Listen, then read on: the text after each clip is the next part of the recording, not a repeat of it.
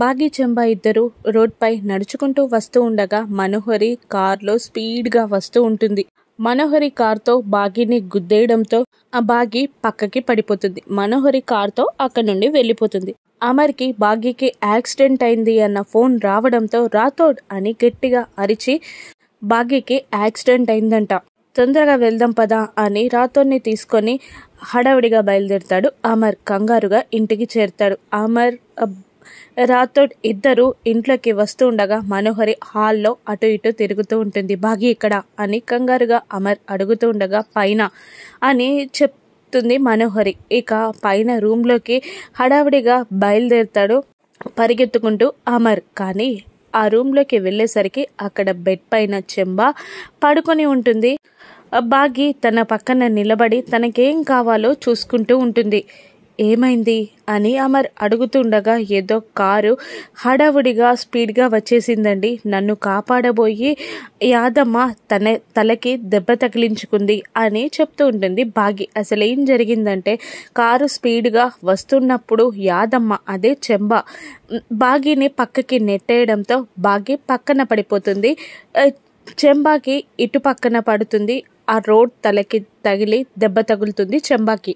ఇది కూడా మనోహరి ప్లానే. చెంబాకి కాల్ చేసి నేను కార్తో స్పీడ్గా వస్తున్నప్పుడు నువ్వు బాగిని గుద్దక ముందే బాగిని పక్కకి నెట్టాయి, నిన్ను చిన్నగా గుద్దుతాను, చిన్న దెబ్బలతో నువ్వు బయటపడతావు, దీంతో వాళ్ళకి నీపై ఉన్న అనుమానం పోతుంది అని మనోహరి ప్లాన్ చెప్పగానే నన్ను బ్రతకనిస్తావా అని అడుగుతుంటుంది చెంబా. నేను చూసుకుంటాను కదా, నీపై ఉన్న అనుమానం కూడా పటాపంచలైపోతుంది అని చెప్పేస్తుంది మనోహరి. అలాగే అని ఒప్పుకొని వాళ్ళ ప్లాన్ని ఇంప్లిమెంట్ చేస్తారు. లెక్క ప్రకారం చెంబా తలకి చిన్న గాయమే తగులుతుంది, కానీ బాగిని కాపాడేసరికి అమర్ నమ్ముతాడు. నీకేం కాలేదు కదా బాగి అని మళ్ళీ అమర్ అడుగుతుండగా నాకేం కాలేదండి, నన్ను కాపాడబోయి యాదమ్మ తనకి దెబ్బలు తగిలించుకుంది అని అంటూ ఉంటుంది బాగి. థ్యాంక్ యూ అని అమర్ చెప్తూ ఉండగా కేర్ టేకర్ నర్సరీ కాదండి మేడంని జాగ్రత్తగా చూసుకునే బాధ్యత కూడా నాదే కదా, నేను అందుకే మేడంని కాపాడాను అని యాదమ్మ అంటూ ఉంటుంది అమర్తో. రాథోడ్ ఒక నర్స్ని అపాయింట్ చేయి, తనకి క్యూర్ అయ్యే వరకు ఇక్కడే ఉండేలా చూడు అని అంటూ ఉంటాడు అమర్.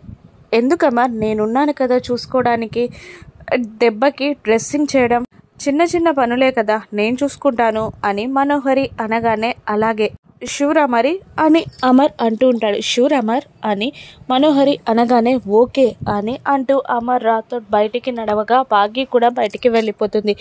ఆ కార్ నెంబర్ ఏదైనా చూసావా బాగి అని అమర్ అడుగుతూ ఉండగా నెంబర్ ప్లేట్ లేదండి అని బాగి చెప్తుంది. అంటే సార్ ఇది కావాలనే ఎవరో చేసినట్టున్నారు అని రాథోడ్ అనుమానంగా అంటూ ఉండగా ఆ రణ్వీర్ అయ్యుంటాడు అని అమర్ అంటూ ఉండగా కాదండి రణ్వీర్ భార్య అయ్యుంటుంది అని బాగి చెప్తుంది.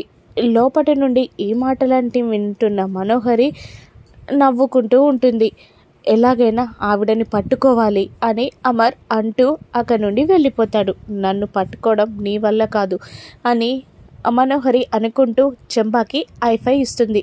వాళ్ళ ప్లాన్ సక్సెస్ అయినందుకు సంతోషపడుతూ ఉంటారు చెంబా మనోహరి. ఇక రాత్రిపూట చీరలు మడత పెడుతూ ఉండగా రామ్మూర్తి నుండి బాగికి ఫోన్ వస్తుంది. ఈ టైంలో నాన్న ఫోన్ చేస్తున్నారేంటి అని బాగి అనుకునే లోపే ఫోన్ కట్ అవుతుంది. మళ్ళీ రామ్మూర్తి ఫోన్ చేస్తాడు. ఏంటి నాన్న అని అంటూ మనసులో మార్నింగ్ జరిగిన యాక్సిడెంట్ గురించి ఏమైనా తెలిసిందా అని అనుకుంటూ ఉంటాడు బాగి. ఏం లేదమ్మా, రేపు దీపావళి పండగ కదా, నిన్ను అల్లుడు గారిని పిల్లల్ని ఇంటికి భోజనానికి పిలుద్దామని ఫోన్ చేశాను అని రామ్మూర్తి అంటూ ఉండగా మేమందరం అక్కడికి ఎందుకు నాన్న, మీరే ఇద్దరు ఇక్కడికి వచ్చేయండి, నేనే ఫోన్ చేద్దాం అనుకున్నాను అని బాగి అంటూ ఉండగా పండగ పూట అల్లుడింటికి మామగారు వస్తే ఏం బాగుంటుందమ్మా, మీరందరూ ఇక్కడికి వస్తే బాగుంటుంది అని అంటూ ఉంటాడు రామ్మూర్తి.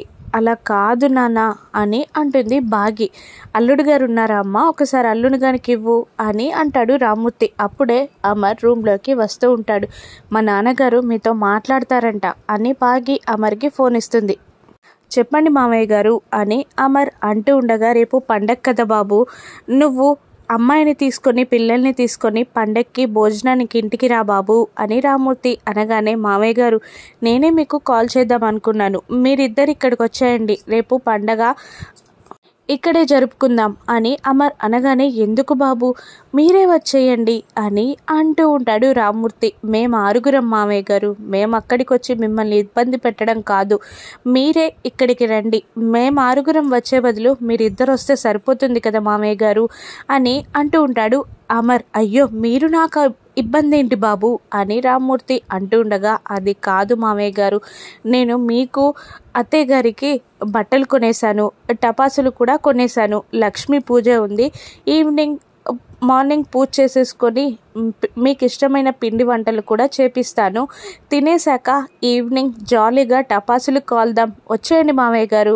అనగానే రామ్మూర్తి సైలెంట్ అయిపోతాడు. మామయ్య గారు అని అమర్ మళ్ళీ పలకరించగానే, నాకు ఇన్నాళ్ళు 2 కూతుర్లే ఉన్నారు అనుకున్నాను బాబు, కొడుకులేననే లోటు ఉండేది, మీ మాటల ద్వారా నాకు ఆ లోటు పోయింది బాబు అని రామ్మూర్తి కన్నీళ్లు పెట్టుకుంటూ అమర్తో అనేసరికి, నేను మీ కొడుకునే మామయ్య గారు అంటాడు అమర్.